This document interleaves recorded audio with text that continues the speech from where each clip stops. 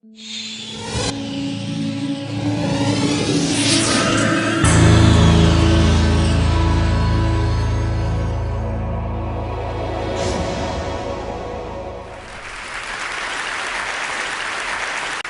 are losing our listening. We spend roughly 60% of our communication time listening, but we're not very good at it. We retain just 25% of what we hear. Now, not you, not this talk, but that is generally true. Let's define listening as making meaning from sound. It's a mental process, and it's a process of extraction. We use some pretty cool techniques to do this. One of them is pattern recognition. So in a cocktail party like this, if I say, David, Sarah, pay attention, some of you just sat up. We recognize patterns to distinguish noise from signal, and especially our name. Differencing is another technique we use. If I left this pink noise on for more than a couple of minutes, you would literally cease to hear it. We listen to differences, we discount sounds that remain the same. And then there is a whole range of filters. These filters take us from all sound down to what we pay attention to. Most people are entirely unconscious of these filters, but they actually create our reality in a way because they tell us what we're paying attention to right now. I'll give you one example of that. Intention is very important in sound, in listening. When I married my wife, I promised her that I would listen to her every day as if for the first time. Now that's something I fall short of on a daily basis. But it's a great intention to have in a relationship. But that's not all. Sound places us in space and in time. If you close your eyes right now in this room, you're aware of the size of the room from the reverberation and the bouncing of the sound off the surfaces. And you're aware of how many people are around you because of the micro noises you're receiving. And sound places us in time as well, because sound always has time embedded in it. In fact, I would suggest that our listening is the main way that we experience the flow of time from past to future. So, sonority is time and meaning, a great quote. I said at the beginning, we're losing our listening. Why did I say that? Well, there are a lot of reasons for this. First of all, we invented ways of recording. First, writing, then audio recording, and now video recording as well. The premium on accurate and careful listening has simply disappeared. Secondly, the world is now so noisy, with this cacophony going on visually and auditorily, it's just hard to listen. It's tiring to listen. Many people take refuge in headphones, but they turn big public spaces like this, shared soundscapes, into millions of tiny little personal sound bubbles. In this scenario, nobody's listening to anybody. We're becoming impatient. We don't want oratory anymore, we want sound bites. And the art of conversation is being replaced, dangerously, I think, by personal broadcasting. I don't know how much listening there is in this conversation, which is sadly very common, especially in the UK.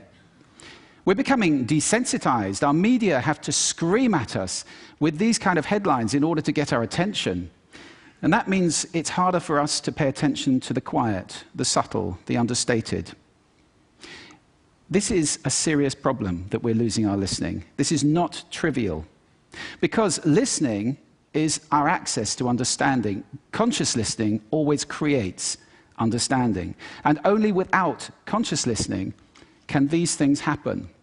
A world where we don't listen to each other at all is a very scary place indeed.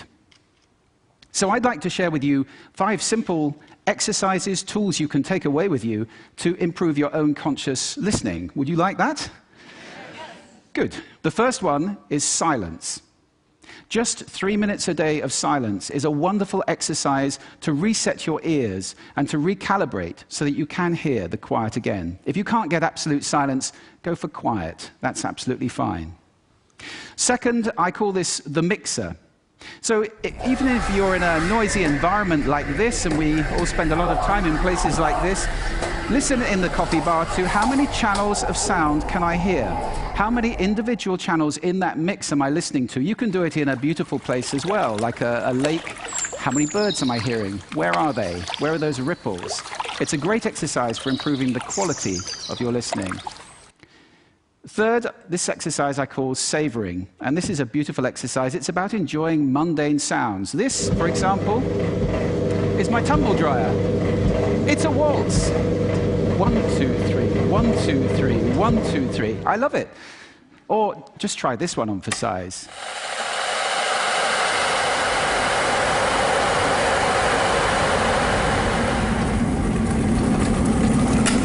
Wow!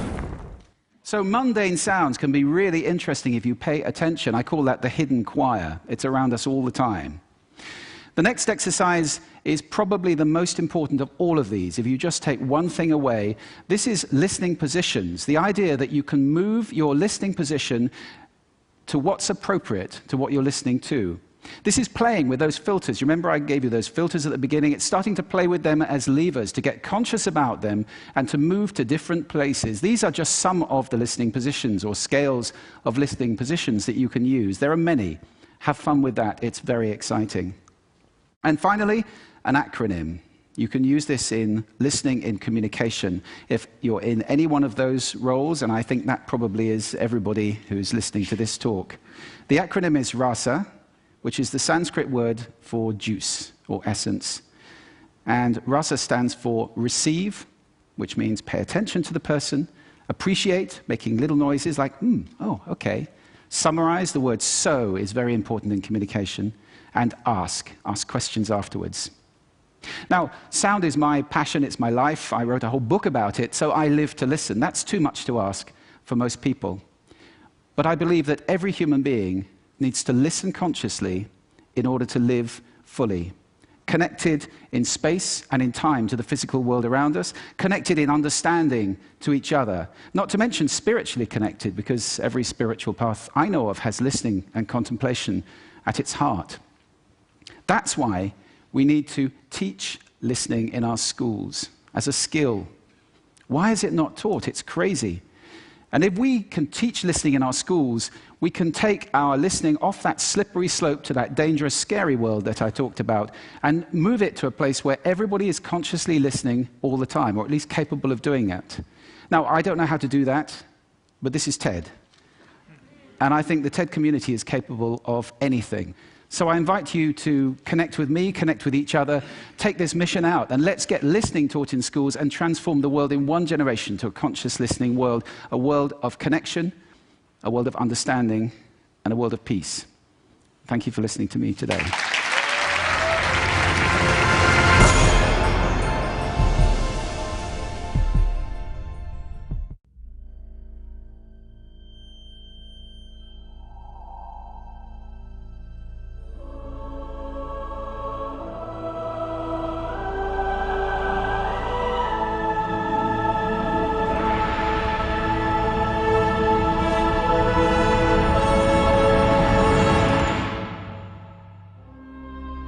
The precision of a watch is a function of its movement. For Rolex and for Hans Wilsdorf, to guarantee the precision of a timepiece, the pressing question was how to protect the movement itself from the elements, not only water, but also tiny particles of dust. In 1926, a major step was taken with the creation of the world's first waterproof and dustproof wristwatch. The Rolex Oyster was born. Over the years, subtle changes in the design continued to improve the Oyster, adding more comfort while keeping the style contemporary. And along with style, more functions have been added. A Rolex wristwatch was the first to show the date through a small aperture on the face. It was also the first wristwatch to spell out the day of the week in full.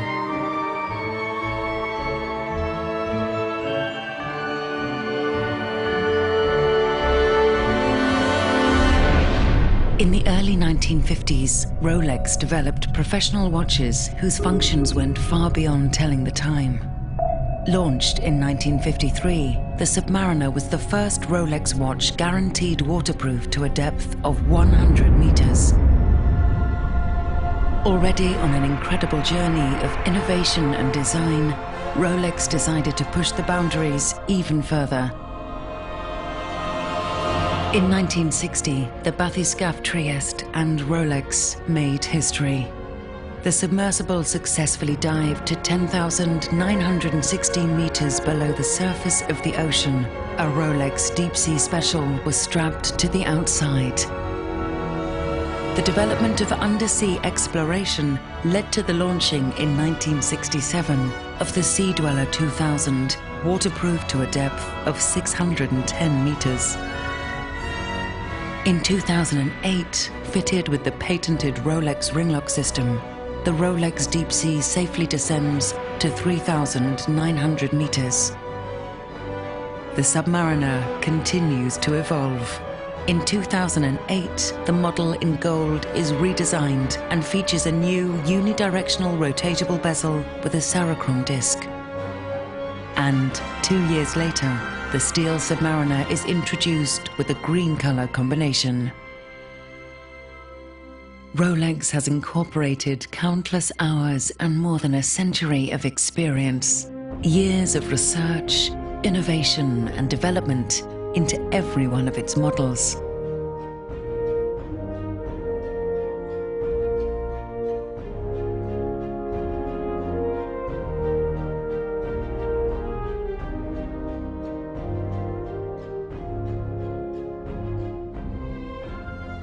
And the benefits arising from this work, including waterproofness, precision and durability, are the result of Rolex's continuous pursuit of perfection. From the most elegant and prestigious models to the professional timepieces, all are exquisitely crafted.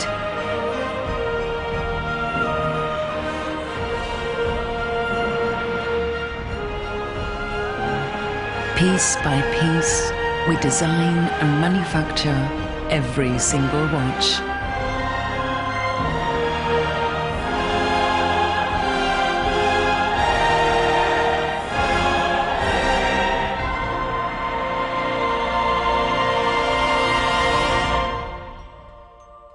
And the story continues.